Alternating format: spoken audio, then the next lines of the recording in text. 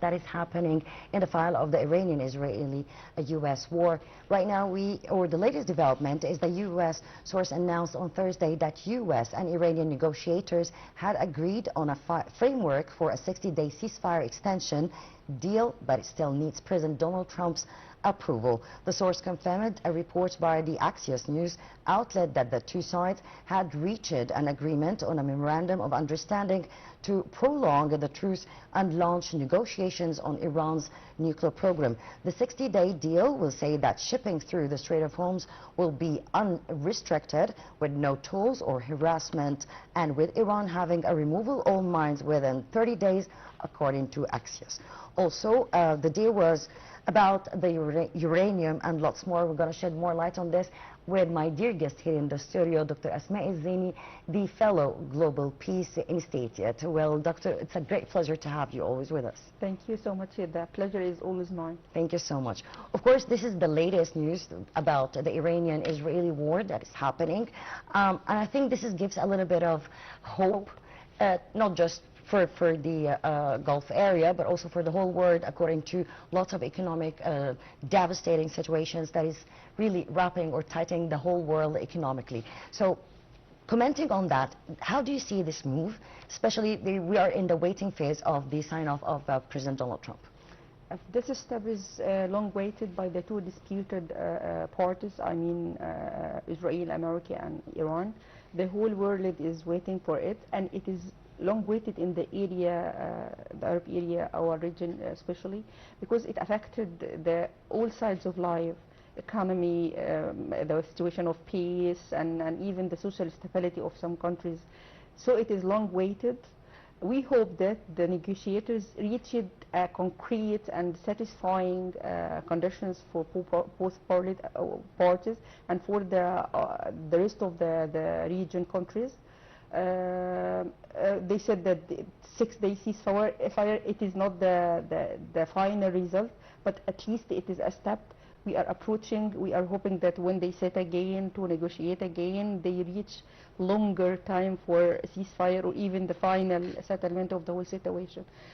Till now, it is not confirmed. It is like announced partially by the some American officials, and it is waiting for the approval of President Trump, hoping that he will estimate the situation for the right of all parts. Well, I think the spark of a hope when it comes to negotiating, when it comes to waiting even for a confirm, for more negotiating tables, for more negotiating points even, because each time there is a negotiating bath, whether the American side or the Iranian side, both they exchange statements, they exchange threats, they exchange lots more. And even Donald Trump himself, when he announces that he's in the bath of negotiating, we are waiting for that, always includes some threat inside, which this kind of threats, again, I think shakes the trust of the world when it comes to the peaceful deal, the prolonged truce, and all of that. So it's not just about the American side or the Iranian side, right? You know, theoretically in the peace building studies, just the setting of the two disputing parties on the same table to negotiate, to start to reach whatever shape of negotiations to reach an agreement, this is considered theoretically as a step. In some disputes, even achieving this step, we are talking after like this dispute entering the 4th month of fighting between the two parts.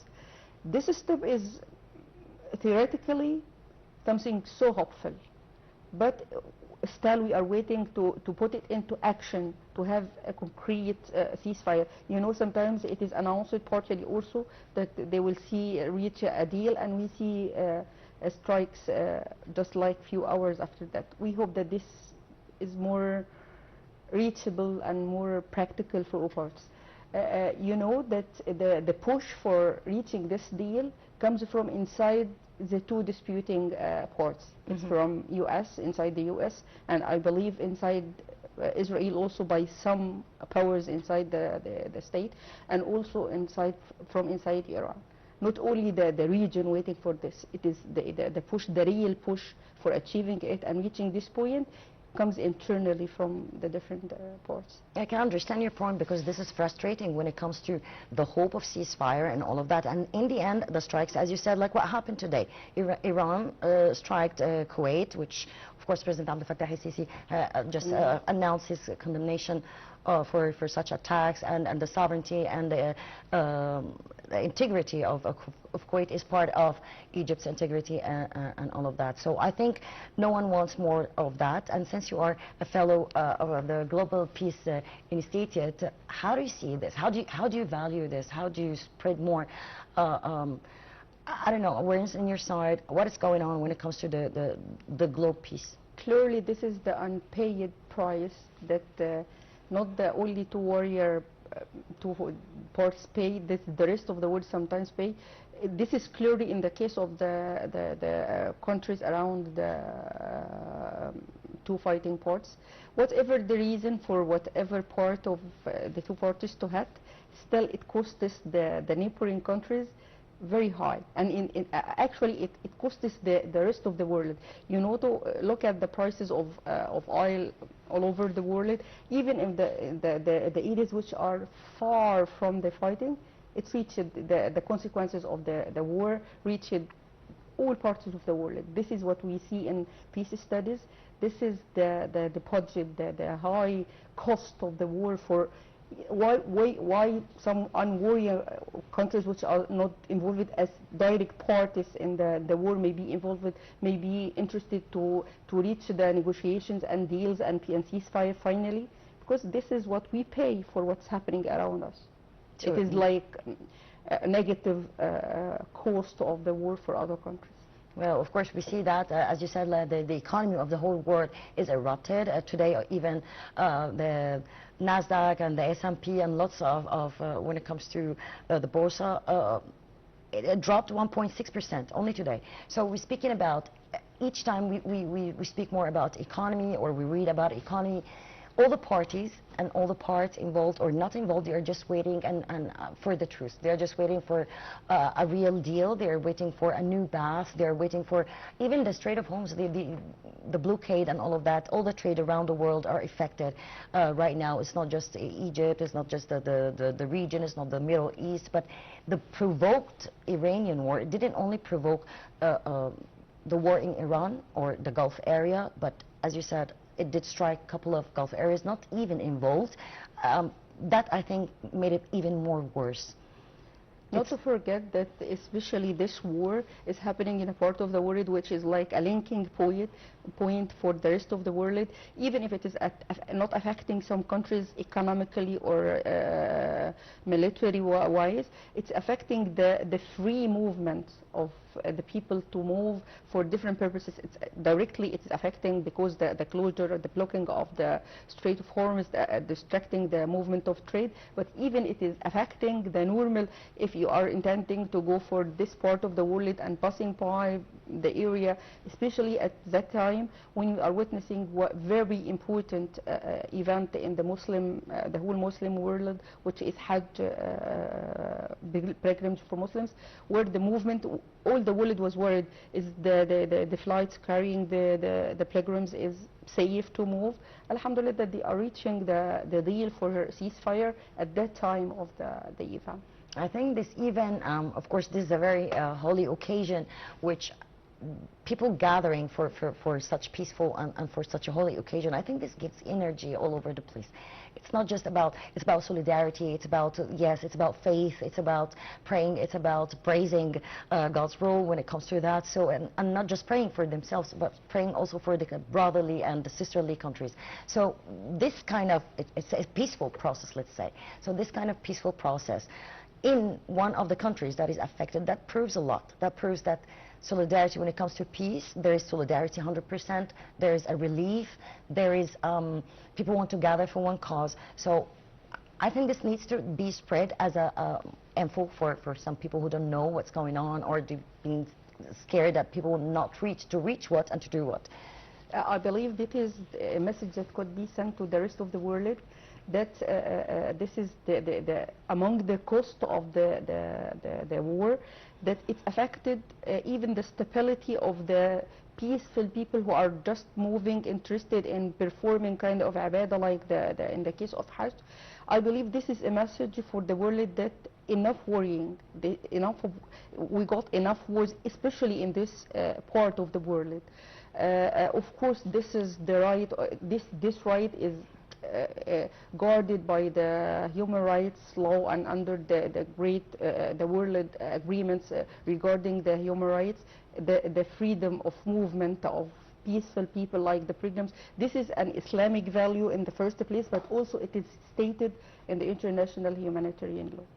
So, speaking about, of course, right now there's a lot of countries affected, Lebanon, the Gulf area, Kuwait, and brotherly countries. And meanwhile, on the other hand, there's Russia-Ukrainian war, there's the Sudan, that is very erupted, 30 years of war actually, and the south of Sudan. So right now, I think the peace globally, the only topic that they are speaking about right now is nothing is going to work except with diplomacy, with negotiations and all of that. People who cannot think about distraction, cannot think about they are going to be torn again, whether people who already moved from UK and stuff like that, UK called for their resident to go back, and after people settled and all that. So this kind of unstable conditions, people jumped in.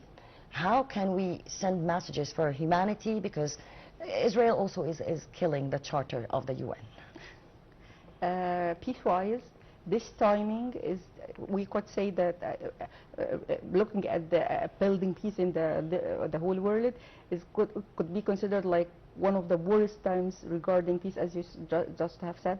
What's happening in Sudan, what is happening in Palestine, Gaza, and what's happening between Russia and Ukraine, and of course between America, Israel, and Iran. This is affecting even the peaceful mind of the people all over the world. And especially, I'm caring about the youngest in this area, because I believe they are not the luckiest generation witnessing this wars coming directly after Gaza war, the war at Gaza, and what's happening between Israel and Iran. I believe we need to talk to the humanity, that this is the right of these children, the young generations and the youth, to enjoy the peace in the world, to be able to live their life normally. And the people inside the two warring parts, it is their right. We are trying to reach this for the trade and economy of the world, and also for the people living inside these two parts. Yes, I think people living there, I pray for them, because you know, we sometimes we can be mad, we can be sad, we can be tired, you have your home, you have a shelter, you have something, you have stability, you have peaceful mind, you have people around, you have your family and all of that. So when we speak about humanity, it's not about the conditions of the war only, but the circumstances and the precondition and the after conditions that's going to happen, not just for the elderly, not just for people who suffers from a famine, also for children died, lots of children, and on a daily basis, let's say. So how do you see that? How can we direct that, though the UN Charter is not taken by anymore? Nobody is considering it. Yes, lots of sessions, including held by the UN Security Council, discussing lots of issues, including the African Horn, including Iran war, Palestine, Gazans, and all of that. So how can we push more for that? Because even the international community is trying, but still there is mendacious action when it comes to the Israeli side. I believe one of the reasons behind that the Egyptian state, Egypt is pushing for peace, that we dramatically know the exact meaning of the word war, because Egypt witnessed like different wars in different generations, and we know the cost. We know how this war could affect not only the generation who witnessed the war, but even the future generations. There are a number of wars that we personally didn't witness, but we read about and hear the stories of what happened during the Palestine-Israeli war in Palestine, and what happened in Egypt during the different wars that Egypt witnessed. This is one main reason backing the Egyptian situation regarding pushing for diplomacy and the stopping of what is happening in the world. The only countries who are able to push the whole humanity, the whole world towards achieving a real peace are the countries which suffered enough from wars. And this is, I believe, one of the main pillars pushing the Egyptian towards achieving the UN and the international humanitarian law in different countries, not speaking about Iran and Israel only and America, in Sudan, because we know the meaning of people losing their homes, their beloved ones, their work, their life. There is during the war time, there is no life. War is war. And speaking about it, never to forget what's happened at the very beginning of the striking of the Israeli-American strikes on Iran. A whole school for girls was hacked, and this is the cost of war.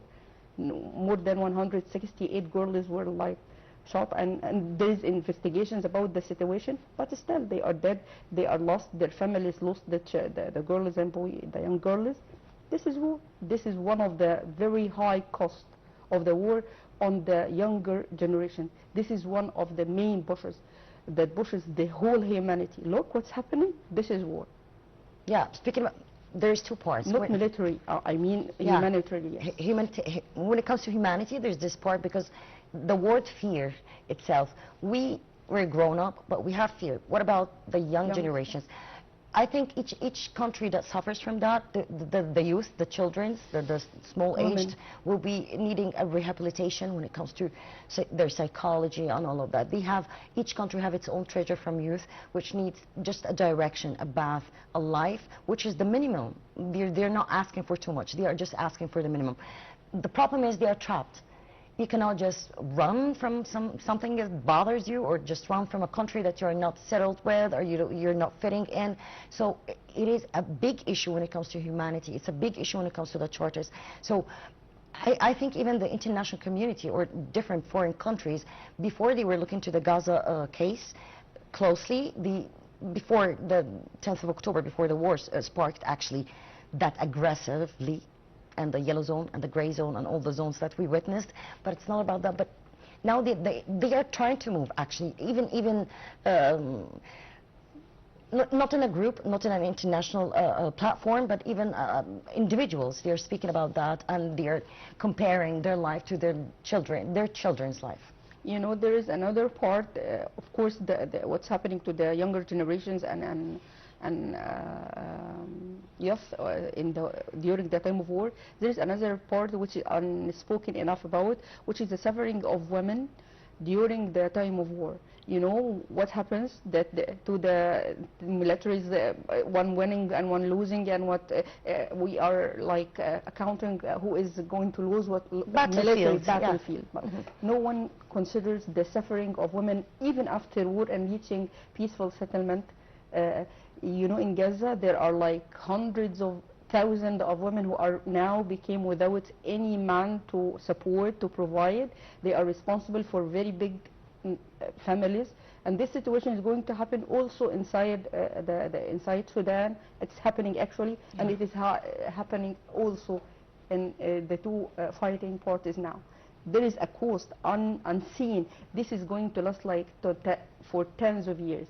This is why the international law should take place and be applied on the spot, because the cost is not military-wise only, it is different fields of life-wise, affecting stability and the right of education, the right of peaceful living, the right of eating, moving, of all the very granted rights by international humanitarian law and human rights also.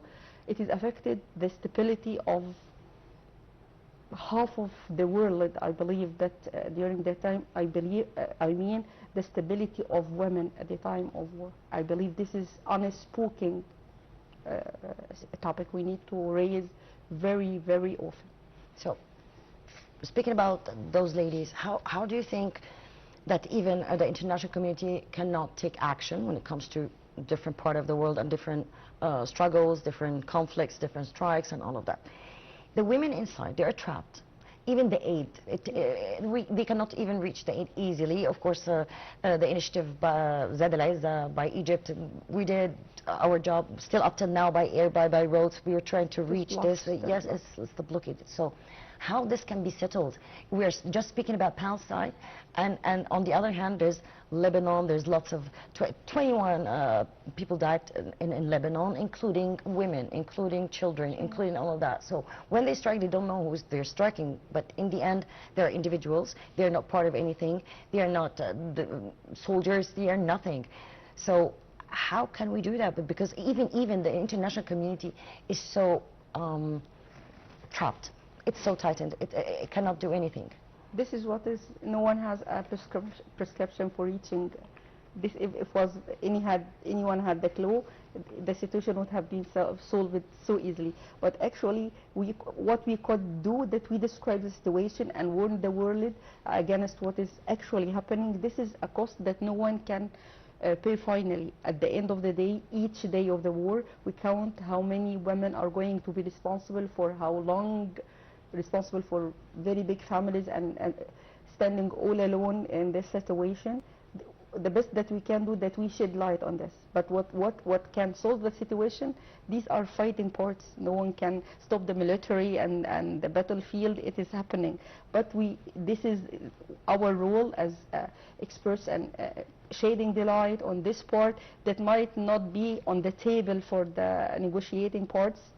This is what we are doing now. Yeah, it's a game of politicians and leaders and domination, and who's going to dominate what, especially even economy. Targets, areas, yes. So right now, I don't know, but we are still watching. We hope for the best when it comes to we are just waiting for Donald Trump's, but each now and then he goes with lots of announcements, but we hope that he will finish this deal peacefully. The best we can have now, or what we can do right now, that we count to how far this is going to be practical and reachable by the end of the very coming few days. We hope that they agree to this 6-day deal, ceasefire, because it is for the best of all.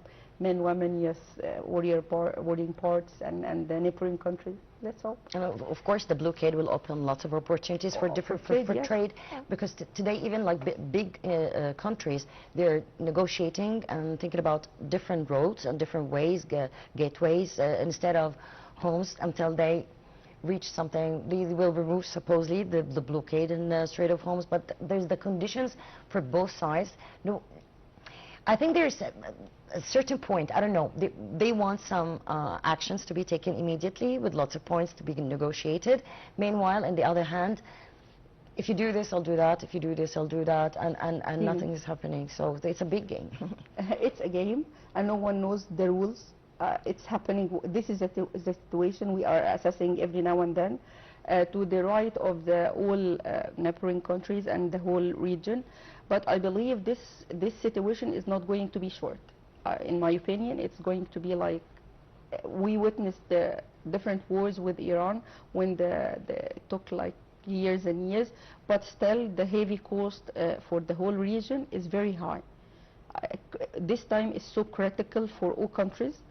We hope that at least the easing of the movement of trade to the Strait of Hormuz is going to make the situation better and easy the economic situation in all countries, because it is heavy for everyone, and these are like the hardest times for everyone in the region. Yes, especially right now that the Pentagon even have lots of corruption inside. They're discussing why even did the American military in the first place attacked Iran. What was for it?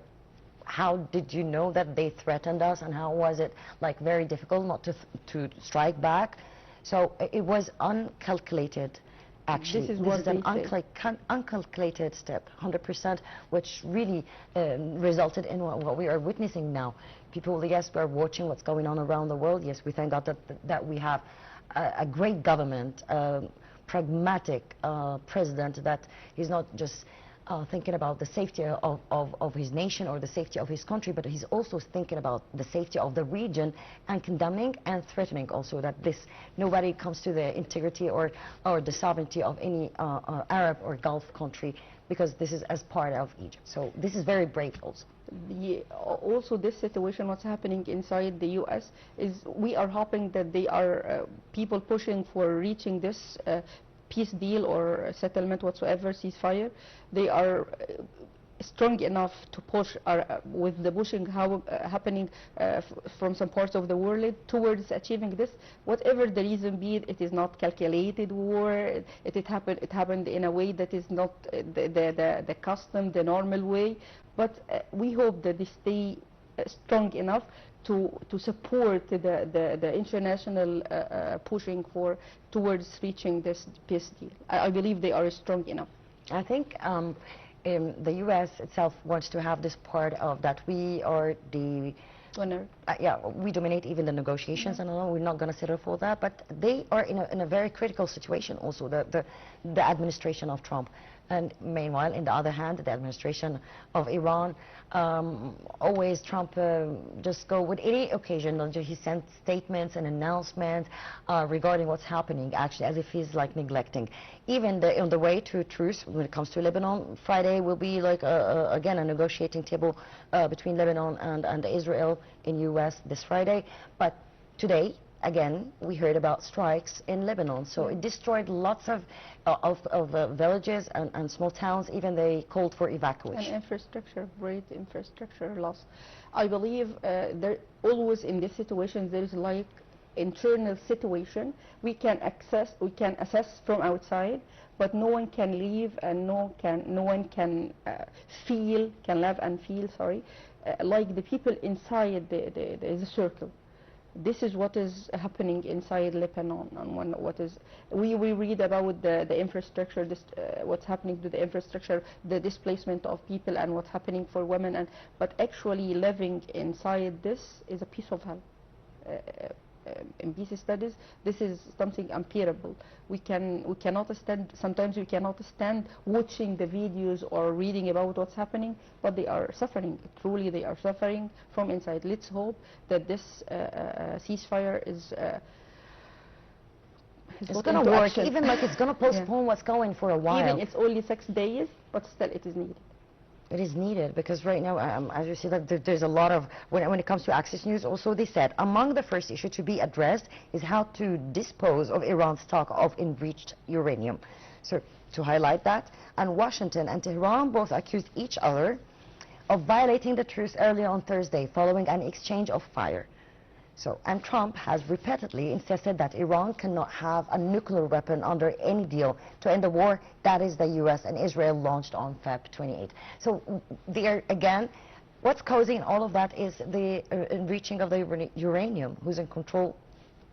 Iran is not the only country in the world that has uranium. Israel is having the 100%. Yeah, and 100%. It is seen by the world, and no one can compare what's happening to Iran to what should be happening to Israel. If the real reason is having this weapon, should be happening to other countries. But this is the world situation. I think soon Trump will face, because there is an aggression also. He's facing lots of aggression, not just from his nation, but from his allies, from neighboring countries, and other countries not related actually, because he's just posing some sanctions here and there. But speaking about that also, we're speaking about away from the sanctions, away from all of that. I don't think that a cool administration, he's in fear now because there's an election coming up. So the aggression is not about only the taxes, the war they are dragged in, their nation, they don't want that. The American dream is fading and all of that. So how do you comment on that? I believe that the situation inside U.S. is totally hot. Every party is going to try to dominate the situation by showing that this war is uncalculated at a time, a very bad timing for the Americans and for what their organization of things inside. But still, in each country there is like what we call the wise voice of the balance of power inside the administration and the whole U.S. And we hope that same is happening also inside Israel, because the Israeli elections are too soon also, and you know the elections is the utmost important authority, let's say, inside these two countries. Let's hope that the wise voice inside two countries is going to balance the situation for the better of the whole region. Yes, because the American administration is not just focusing on the enriching of the uranium or the strikes, or who's powerful, or who's in control of the trade, or who's in control of the oil prices, and who's in control of natural gas and the crudes and all of that. But again, it's a play, it's a domination play, and we know that Donald Trump has his arrogancy when it comes to that, and it's very nonchalant. You know, the more the war lasts, the more contradiction that is seen for the rest of the world in the situation regarding Iran having this nuclear weapons, and Israel having the same weapon, while no one is saying a word about it. The longer the war lasts, the clearer this contradiction became clear for even for parts of the world which was not paying attention to what is the reason for this war. Yes, because Donald Trump, when he took over, he promised that he's going to solve the problems, yes, there is no conflict, he's going to work on the negotiating table to stop what's going on in Palestine, in Gaza. But right now, it's very clear, as you said, what he's saying is not convenient for some people. They can see the actions, which speaks louder than words, actually. It is not convenient for us only, not to us at the region. Even it is not convenient for the American citizens inside the U.S. because no one nowadays is like easily deceived by speeches and talks. Actually, what is happening is affecting the everyday life of the people inside the U.S. They are very high taxpayers, and they are defending the right to know what is the administration is going to have with the rest of the world powers. And even the unemployment, it reached more than 200% actually when it comes to U.S. So they are not just nagging about their nonchalant presidential actions, but they are nagging about their way of life. Lots of Americans also left the U.S. to some other part of the world, Portugal or Brazil or some Latin American countries, to just live. They want to live. They don't want to be dragged also to lots of issues not concerning them at all. Meanwhile, there's a lot of corruption when it comes to education, when it comes to health care, when it comes to taxes, when it comes also to the administration itself and the Pentagon. You know, there is another part about what's happening in the world.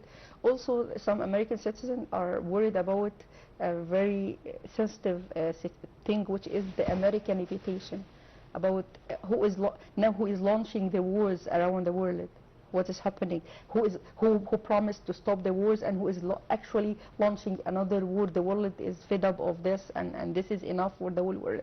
This is a very sensitive point for some Americans. They are against the war because of this. We are like contradicting ourselves. They are saying that we are the administration, I mean, the American administration is contradicting what she came in the first place to stop in the world. Yes, 100%.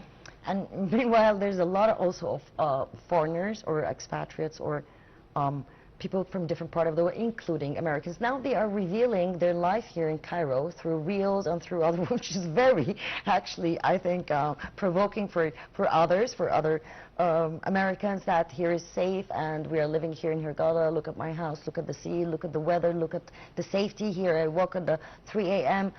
Freely, secured, and so this also gives us a privilege, and we are so proud that we have a pragmatic diplomacy, foreign diplomacy, when it presented in His Excellency Dr. Badr Abdel Aati, lots of visits, lots of summits, lots of conferences. And again, what we say, we always say that thank God that we are living here in this region, very secured. Our government is thinking about reviving and flourishing Egypt more when it comes to infrastructure, and thinking also about its treasure, which is the youth. So we can mention that, and we hope that the next period is going to be way much better, hopefully for the whole world, not just for the region. So in short, we can rephrase what you just have said, that the rest of the world is seeing and witnessing how is Egypt witnessing peace. This is the practical meaning of the word peace. When you enjoy peace, when you build peace, this is what happens. You can live your life normally, even if there is economic pressure and some critical situations. Still, peace is a big bliss that anyone can witness and can talk about by himself. No one is going to dedicate him or dictate on him what he's going to say.